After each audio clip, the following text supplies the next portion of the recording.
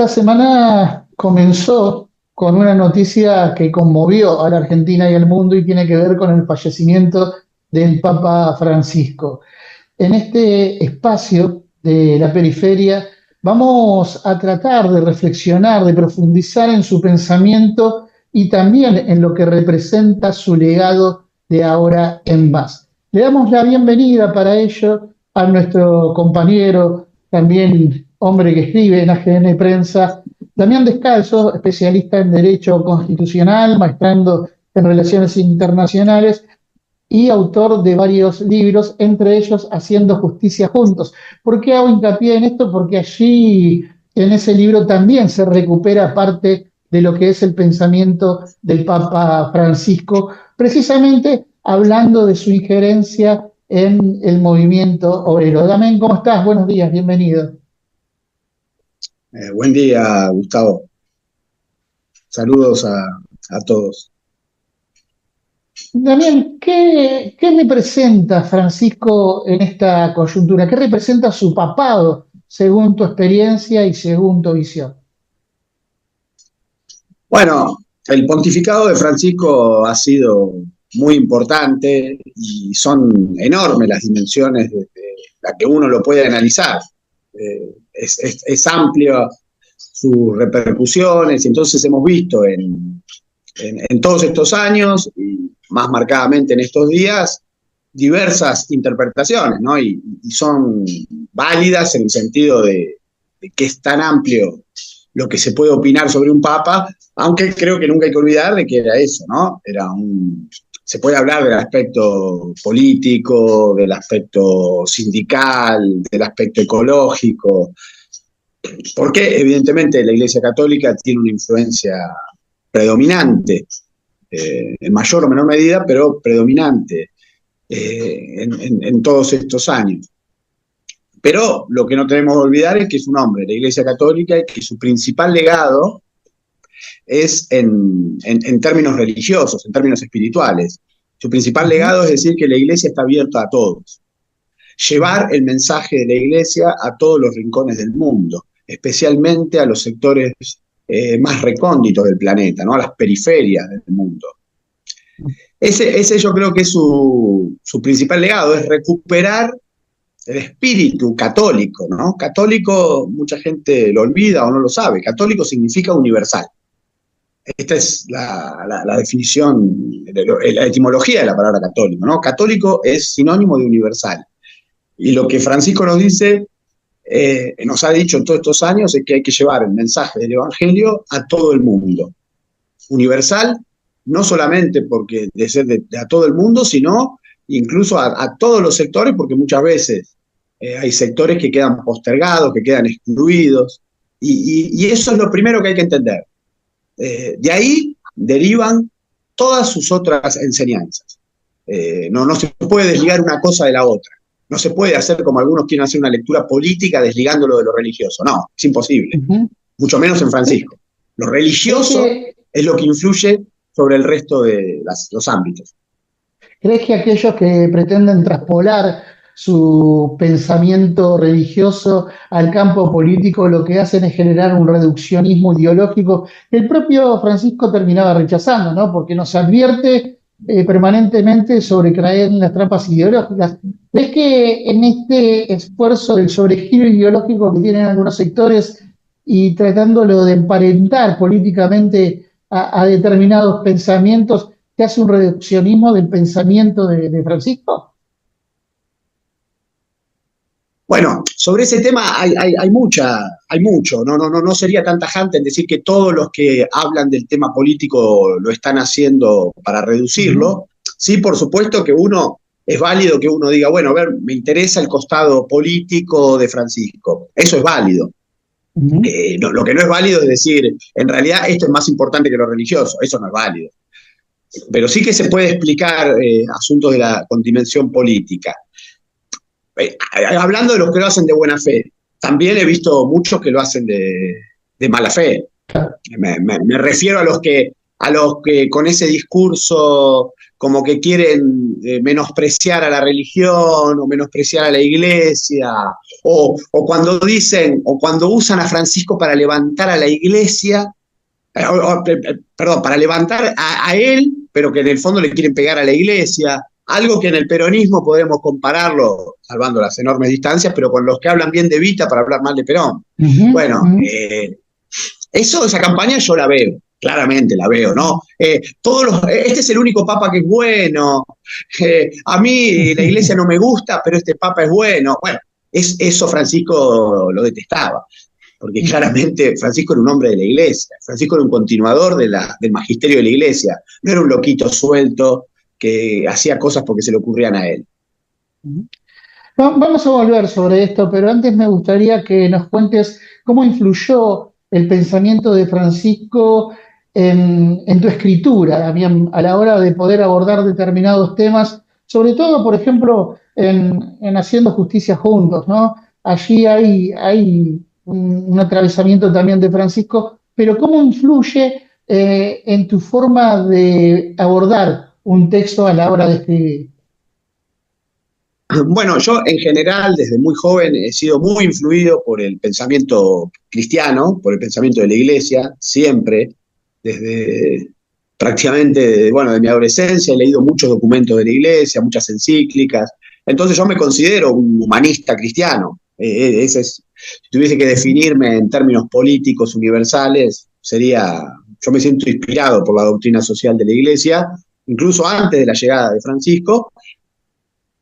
Pero Francisco ha sido un aporte enorme, ¿no? Su idea, sus 4 principios, su idea de las tensiones polares, han dado un salto de calidad en cómo interpretar algunas cuestiones. Y en particular, con el tema sindical, mi libro, Haciendo Justicia Juntos, su título está inspirado en un discurso de Francisco a los sindicatos italianos, ¿no? Cuando Francisco, en un gran aporte, retoma el origen etimológico de la palabra sindicato, totalmente olvidado, y que esclarece muchísimo, porque sobre el sindicalismo, vos sabés mucho sobre este tema, hay tergiversaciones, malinterpretaciones, y creo que Francisco, cuando nos dice el origen de la palabra etimológico, el origen etimológico de la palabra sindicato, tiene que ver con hacer justicia juntos, nos esclarece, nos da un panorama para entender, un criterio, un método para entender la acción sindical, ¿no? Francisco nos dice, sindicato viene de hacer justicia juntos. El elemento de justicia y el elemento de hacerlo en comunidad, en justicia. No es ni hacer algo colectivamente sin un sentido de justicia, ¿no? No es hacer una acción colectiva, sino hacer una acción colectiva que tenga como finalidad la justicia, y tampoco no es hacer justicia solo, de manera individual, ¿no? Necesariamente tiene que tener al sin, ¿no? Del mismo modo que el mismo origen de la palabra sínodo, ¿no? Sindicato y sínodo vienen del mismo sin griego, ¿no? Esto de junto al otro, junto al hermano, junto al compañero, junto al compatriota. Y eso ha sido, creo que un gran aporte de Francisco al tema sindical. Hablábamos de las relaciones de parentesco que se establecen con determinados pensamientos. Es muy frecuente escuchar desde distintos sectores que hacen al campo nacional y popular la idea de que Francisco es un papa peronista. En una opinión personal, y la pongo para que la discutamos, creo que eso implica que se olvida que en esencia el peronismo parte de abordar la doctrina social de la Iglesia en un concepto, como bien lo decías vos en un momento, que es profundamente humanista, porque el justicialismo es profundamente humanista. Y el concepto filosófico del peronismo aborda también la esencia de la doctrina social de la Iglesia. Y ahí encontramos 2 atravesamientos claros para Francisco, ¿no? Esta doctrina social de la Iglesia y el Concilio Vaticano II. Bueno, ¿está bien hacer este parentesco lineal sobre el peronismo sin abordar primero la concepción filosófica del mismo para entender después lo que implica el pensamiento de Francisco? Bueno, yo coincido con lo que vos marcás, ¿no? A ver, decir que el Papa Francisco es peronista es reducir y confundir los términos. La realidad es que el peronismo tiene una base en la doctrina social de la Iglesia, ¿no? El peronismo es humanista, es profundamente cristiano. El peronismo es inspirado en buena parte de sus líneas fundamentales, no en todo, no estoy diciendo que es una mera repetición de la doctrina social de la Iglesia, sino estoy diciendo que está inspirado en la doctrina social de la Iglesia. Tan inspirado que si lo tuviésemos que definir, es una doctrina, un movimiento político inspirado en principios humanistas cristianos. Pero hay un error entre el todo y la parte. Es el peronismo es el que pertenece como parte al gran pensamiento cristiano. Entonces, una parte no puede ser ser mayor que el todo. Entonces, es ridículo. Es como al hijo decirle que es padre de su padre. Entonces, no es que el Papa Francisco sea peronista, sino que el peronismo es cristiano. Y por ser cristiano va a haber muchísimos puntos de coincidencia. Bueno, aparte de esa coincidencia, me parece a mí también en términos filosóficos, tienen que ver con un concepto que se aborda muy poco a la hora de la discusión política y a la hora de la discusión sociocultural, tanto en Argentina como en el plano global. Y tiene que ver con el concepto de felicidad y alegría, ¿no? Francisco hablaba de esta iglesia en salida, pero también en una salida que nos encuentra en la alegría, a pesar de los dolores que atravesamos como sociedad. Y el peronismo pone como un objetivo de su doctrina la felicidad del pueblo. Bueno, ahí hay dos conceptos claros que hacen también a una razón de vida, una razón de existencia, que muchas veces, según mi parecer, se deja de lado. No sé qué opinión tenés vos al respecto con estos dos conceptos. Sí, yo creo que eso no es más que una aplicación de lo anterior. Es decir, la alegría, la felicidad del pueblo, o el gaudium del que habla la Iglesia en muchos documentos, ¿no? Y que también en documentos de Francisco, pero también tenemos documentos de hablar de la alegría durante el siglo XX de la Iglesia, ¿no? La idea, digo gaudium para hablar el término en latín, ¿no? Hay mucho sobre eso. Y claramente tiene una relación, ¿sí? Porque, y si lo vas más atrás, es la eudamonía aristotélica, ¿no? ¿Cuál es el fin de una comunidad? Más allá de que Aristóteles no tenía, tal vez, lo que va a tener después el pensamiento con Santo Tomás de Aquino, ¿no? La referencia tan clara a algunas cuestiones más teológicas, pero lo que vemos ahí es que hay una búsqueda, yo me refiero a lo sobrenatural, hay una búsqueda de una felicidad común. Digo, ¿para qué nos reunimos? ¿Por qué somos parte de una comunidad? El bien común, el bienestar general, todo eso tiene que ver con la amistad política, todo tiene que ver con la idea de vivir una vida plena del modo en lo que se pueda vivir en esta tierra, ¿no? Ahí puede encontrarse más las diferencias entre Aristóteles y el pensamiento cristiano, pero está esta idea, ¿no? De que cuando el peronismo habla de la felicidad del pueblo, es el bien común que habla de una sociedad justa, una sociedad con pleno nivel de satisfacción de los bienes materiales, espirituales. Y sí, por supuesto que hay una relación entre la felicidad popular y la alegría. Y también en el punto de vista cristiano, la idea de alegría, de que tenemos que ver la vida con ese estado de ánimo, que no es la superficialidad chistosa, no, es algo mucho más profundo, no. En ese sentido, emerge con fuerza la idea de poliedro, ¿no? De integración de las partes, entendiendo que, como bien sostenía Francisco, la unidad es superior al conflicto, ¿no? Muchos hablan de esa unidad en términos políticos, pero Francisco va mucho más allá de eso, habla de una unidad que tiene que ver con la relación de la cultura del encuentro, que es la hermandad a través de la solidaridad permanente.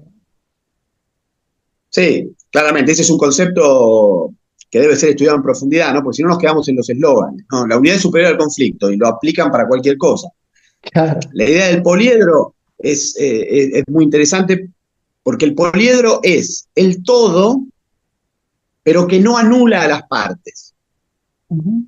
Es el todo que no anula a las partes. El riesgo que tenemos ahí siempre es de caer en dos extremos. El Papa hablaba de que había un peligro de caer en el todo que anula las partes. Y eso ya no es un poliedro, porque el poliedro vos ves que sigue conservando, las partes siguen conservando su particularidad. La esfera se diluyen. Entonces ahí tenemos no un todo que respeta a las partes, sino un todo que anula las partes. En el poliedro hay unidad, en la esfera no hay unidad, en la esfera hay uniformidad, que es el vicio por exceso, diríamos, ¿no? Que es muchas veces, muchos de los que hablan de unidad, en realidad lo que están queriendo hacer es uniformidad. Y Claro. tenemos en el extremo contrario los que quieren exaltar a las partes para destruir la totalidad. Entonces tenemos, el poliedro es el todo que respeta a las partes. La uniformidad es el totalitarismo que anula a las partes, y después tenemos a las partes destruyendo al todo, ¿no? Los egoísmos, los sectarismos, destruyendo a la comunidad.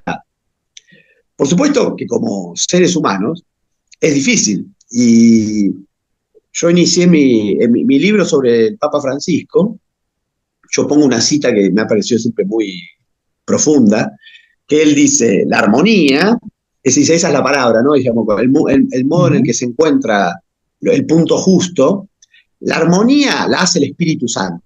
Con lo cual nos está diciendo que es Dios, ¿no? Porque saber que el Espíritu Santo es Dios, ¿no? Padre, Ujú. Hijo y Espíritu Santo, ¿no? El Dios trino.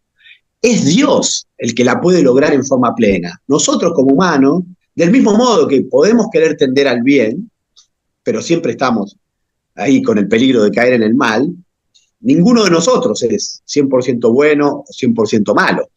Estamos ahí oscilando. Del mismo modo, en esos trabajos de lograr la unidad, solo el Espíritu Santo la puede lograr. Dice, porque dice Francisco, la realidad que nosotros, cuando queremos establecer la unidad, muchas veces terminamos pecando en hacer uniformidad. Es decir, que en nombre de la unidad terminamos anulando a los otros. Esto pasa muy a menudo. Y que cuando queremos respetar a las partes y respetar la diversidad, terminamos dividiéndonos, porque cada uno termina defendiendo a su parte y se divide con el otro. Entonces, el objetivo es llegar a la unidad, que es lo querido por Dios, y evitar la división, que es lo instigado por el diablo. Francisco siempre recordaba Ujú. como un origen, ¿no?, entre división y diablo. Pero bueno, sabiendo que tenemos dos grandes riesgos, ¿no? La división, es decir, cómo respetamos la diversidad sin caer en división, y cómo tendemos a la unidad sin caer en la tentación de la uniformidad.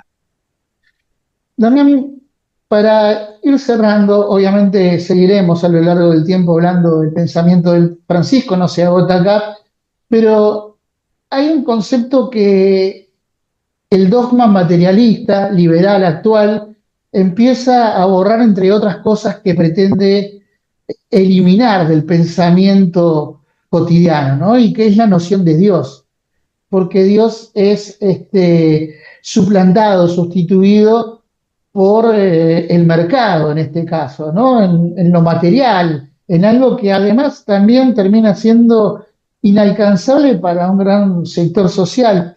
¿Crees que a partir de ahora hay un gran desafío para aquellos que estamos integrados al movimiento nacional, no solamente de rescatar el pensamiento profundo de Francisco, sino también de poder recuperar el sentido de Dios para poder precisamente conformar esta integración? Sí, yo creo que es algo fundamental. No tergiversar a Francisco, lo que mencionabas en otro momento, ¿no? Ujú. Si se quiere imaginar un Francisco sin la dimensión espiritual, sin la dimensión católica y sin Dios, bueno, eso es una negación total de Francisco. No hay pontificado de Francisco sin Dios. No lo hay. Sin duda, el elemento central es que es un hombre de la iglesia, y que muchas veces por hacer recortes de su pensamiento hay personas que no les gusta Dios y quieren hacernos creer que Francisco era uno, o hablaba como si fuese uno de ellos. No, Francisco es un hombre de la iglesia y por eso quería marcar esto del Espíritu Santo, la unidad, porque los 4 principios que pueden tener aplicación política, social, están todos basados en la idea de Dios. Si no, no cierran por ningún lado. Si vos los ves, el elemento religioso es fundamental. Por eso hay 2 campañas como que van en paralelo para luchar contra Francisco. Una es la que nos dicen, Francisco nunca hablaba de Dios, Francisco nunca hablaba de Jesucristo. Es una mentira descomunal. Y del otro lado, un sector que toma esa mentira y dicen, sí, vamos a llamarlo del autopercibido tradicionalismo, que dicen, Francisco se la pasaba hablando de política, Francisco en realidad le interesa más lo político-social que lo religioso, y hacen juego, ¿no? Las dos vertientes hacen juego para pegarle a Francisco, o en una supuestamente para aplaudirlo, pero en realidad lo están atacando cuando lo castran de su elemento principal. A ver, y va yendo no a lo universal de la iglesia, sino a lo nacional. El movimiento nacional surgió siempre, desde sus orígenes, con un fuerte elemento religioso. Lo podemos encontrar en Belgrano diciéndole a San Martín que respete, que no se olvide que es un general cristiano y que tiene que respetarlo, que siempre valore lo cristiano. Lo podemos encontrar en Rosas, que es un profundo hombre de fe, lo podemos encontrar en Perón, en Evita, hombres. Y así, a lo largo de la historia, el elemento religioso es fundamental. Y no un elemento religioso de cualquier cosa ni abstracto, sino el elemento concreto del catolicismo, que es el modo en el que se ha dado la religión en esta parte del mundo, ¿no? El evangelio, esto lo decía mucho Francisco, siguiendo la tradición de la teología del pueblo, ¿no?